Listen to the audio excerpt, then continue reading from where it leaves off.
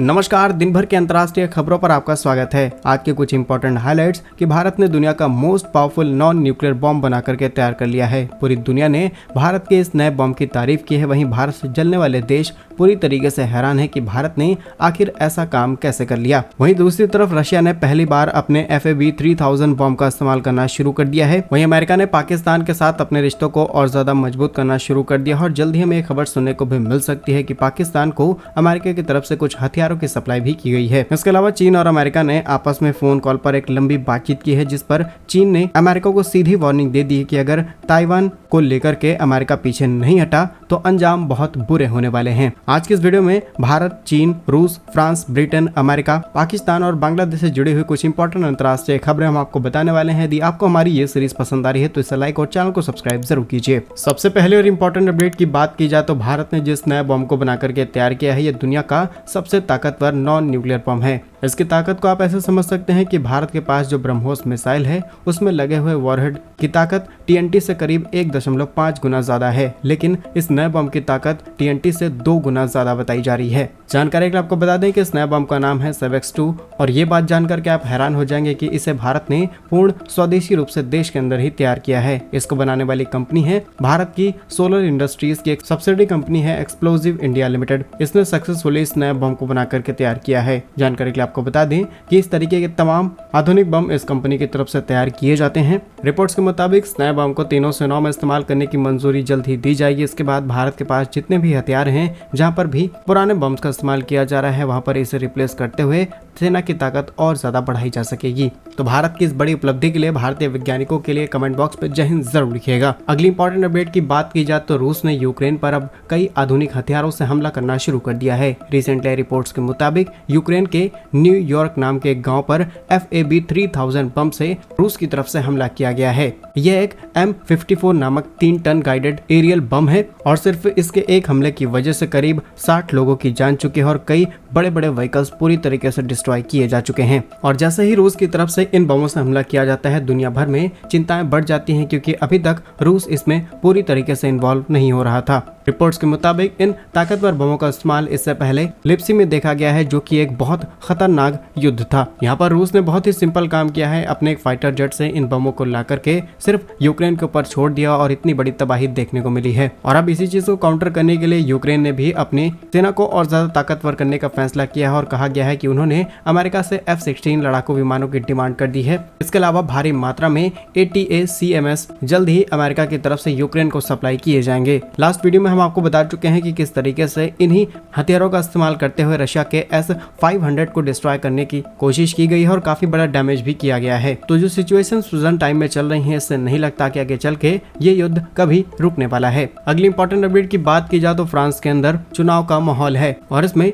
Macron की party को बहुत ही कम वोट मिलते हुए नजर आ रहे हैं। असल में फ्रांस के अंदर संसदीय चुनाव पहले चरण को कंप्लीट किया गया, जिसमें मरीन लोपेन, जो कि एक राष्ट्रवादी है और ये दक्षिणपंथी दल से भी माने जाते हैं, जिससे इस बार इन्हें बड़ी जीत मिलती हुई नजर आ रही है। यहाँ पर नेशनल रैली के रिपोर्ट के मुताबिक इन्हें करीब 34% वोट मिले हैं। इसके अलावा ये एक राष्ट्रवादी दल है जो अभी तक कभी भी बड़ी जीत में सामने नहीं आया है। इसके अलावा राष्ट्रपति मैक्रो की केंद्रवादी पार्टी को बड़ा झटका लगा है, क्योंकि उन्हें सिर्फ 20 से 23% वोट हासिल हुए हैं। वहीं NFP जो गठबंधन तैयार किया गया है उसको करीब 29% वोट मिले हैं। इससे यही लगता है कि फ्रांस के अंदर एक बार फिर सत्ता का परिवर्तन होने की संभावना बन रही है। अगर ऐसा होता है, देखते हैं भविष्य में भारत के लिए क्या नए रास्ते खुलते हैं या फिर कई रास्ते भारत के लिए बंद भी हो सकते हैं। अगली इंपॉर्टेंट अपडेट की बात की जाए तो ब्रिटेन के अंदर भी इलेक्शन 2024 शुरू हो चुका है और यहाँ पर ऋषि सुनक लगातार मंदिरों में जा रहे हैं और ये स्टेटमेंट दे रही हैं कि मैं हिंदू हूँ और मेरा धर्म मुझे पहले अपने धर्म का सम्मान करना सिखाता है। चुनाव से पहले वो स्वामीनारायण मंदिर पहुंचे हैं। इसके अलावा लगातार अपनी फैमिलीज के साथ इस तरीके की एक्टिविटी करते हुए पाए जा रहे हैं, जिससे लगता है कि कोई भी राजनीतिक पार्टी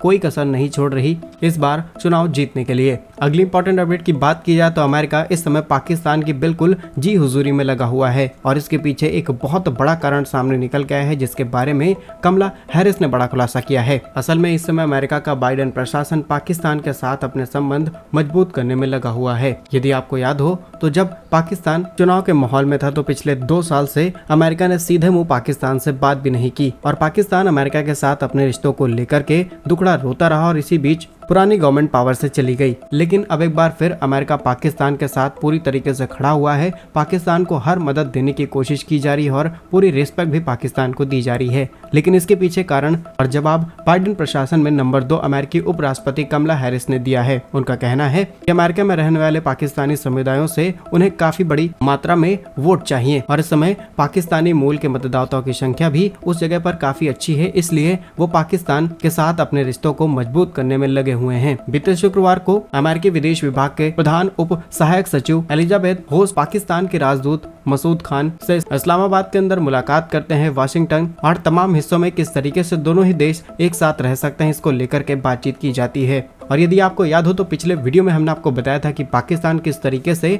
टीटीपी के ठिकानों को तबाह करने में लगा हुआ है और इस समय उन्हें जरूरत है कई हथियारों की, जिसके लिए उन्होंने अमेरिका से मांग की है। और ये कहना गलत नहीं होगा कि इस समय पाकिस्तानी वोटरों को अट्रैक्ट करने के लिए अमेरिका पाकिस्तान को कुछ छोटे हथियार एक्सपोर्ट भी कर दे। तो अमेरिका की इस स्ट्रेटेजी पर आप क्या सोचते हैं, हमें कमेंट्स में जरूर बताइएगा।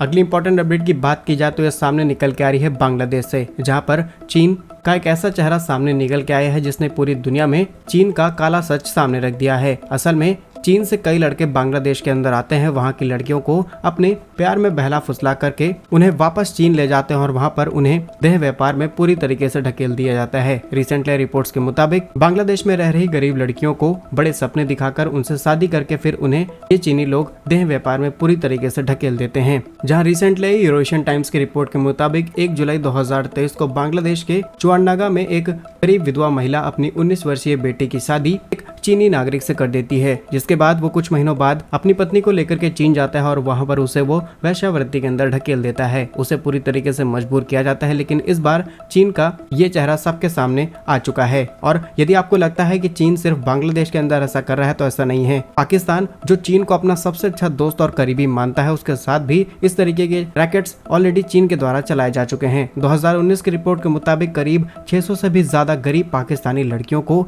चीनी लोग वहां से बहला फुसला करके चीन लाते हैं और उसके बाद उन्हें देह व्यापार के अंदर ढकेल दिया जाता है। और सिर्फ एक देश की बात नहीं है बल्कि दुनिया भर में ऐसा होता है। लेकिन चीन जब खुद को साफ सुथरा दिखाने की कोशिश करता है और उस समय ऐसी रिपोर्ट सामने निकल के आती हैं तो चीन का असली चेहरा सबके सामने आ जाता है। अगली इंपॉर्टेंट अपडेट की बात की जाए तो ये भी चीन से सामने निकल के आ रही है, जहाँ पर चीन ने अमेरिका के कुछ उच्च अधिकारियों से फोन पर बातचीत की है और सीधे तौर पर धमकी दी गई है कि अगर ताइवान की स्वतंत्रता के मामले में अमेरिका बीच में आएगा तो तनाव बढ़ सकता है और इससे विनाश भी हो सकता है। रिसेंटली रिपोर्ट्स के मुताबिक चीन के विदेश मंत्रालय के प्रवक्ता ने 28 जून को आयोजित नियमित संवाददाता सम्मेलन में एक तरफ चीन के कुछ वरिष्ठ अधिकारी वहीं दूसरी तरफ अमेरिका के कुछ वरिष्ठ अधिकारी आपस में कुछ इंपॉर्टेंट सवाल एक दूसरे से करते हैं और उन पर जवाब भी दिए जाते हैं। इस पर सवाल किए जाते हैं कि किस तरीके से दोनों ही देश मिलकर के एक दूसरे के द्वारा दिए गए वचनों को निभाएंगे। चीन की संप्रभुता, सुरक्षा और विकास के हितों को लेकर के दोनों ही देश एक दूसरे के मामलों में टांग नहीं अड़ाएंगे। लेकिन इसी बीच एक इम्पोर्टेंट कॉल होती है चीन के उप विदेश मंत्री मा चोशो। ये अमेरिका के उप विदेश मंत्री कार्ट कैम्पबेल के साथ फोन पर बातचीत करते हैं और इसी